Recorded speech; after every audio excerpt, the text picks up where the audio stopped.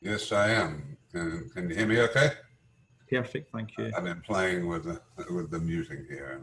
Salam alaikum to everybody. It'll be fairly obvious to you from my accent that while I have now lived and worked in the United States for almost half a century, my birthplace and my roots are proudly in Australia. My family name, of course, also tells you that my heritage is in the Highlands of Scotland. So I feel very much at home in this group. In my professional career, I have spent 5 years in Afghanistan. I first trekked into Afghanistan in 1987 for what some told me would be a journey of just a couple of weeks. They were wrong.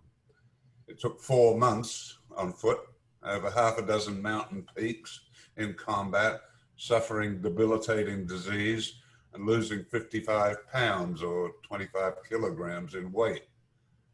But you know what? It was worth it.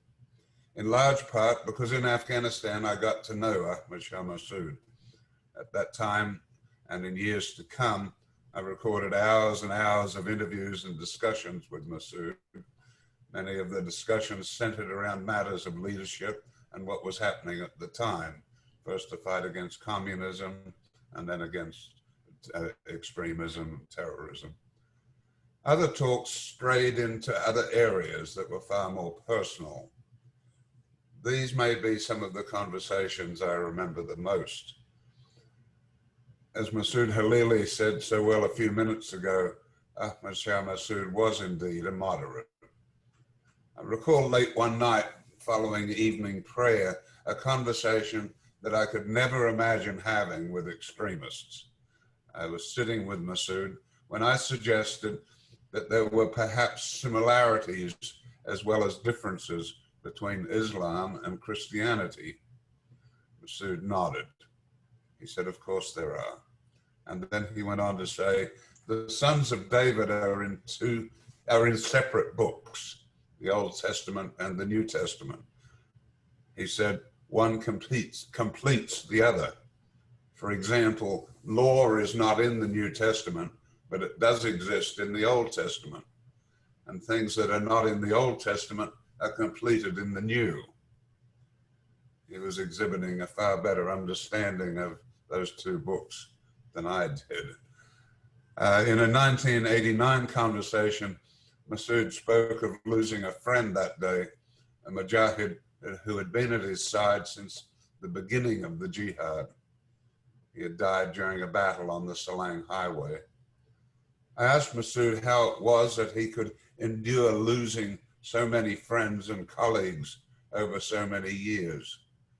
Masoud answered, and he said, we are Muslims, and we believe that life and death are in the hands of God. One, I believe that whatever work that is done by God is for our well-being, even if we don't understand it. Two, martyrdom itself is not something where we think the person existed, died, and is forgotten, and that's it.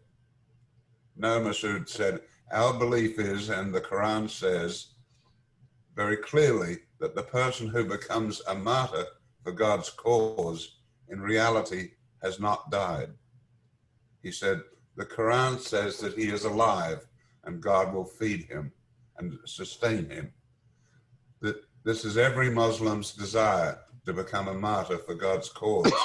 And the person who does not have the desire to become a martyr for God's cause, indeed, he is a person with a weak faith.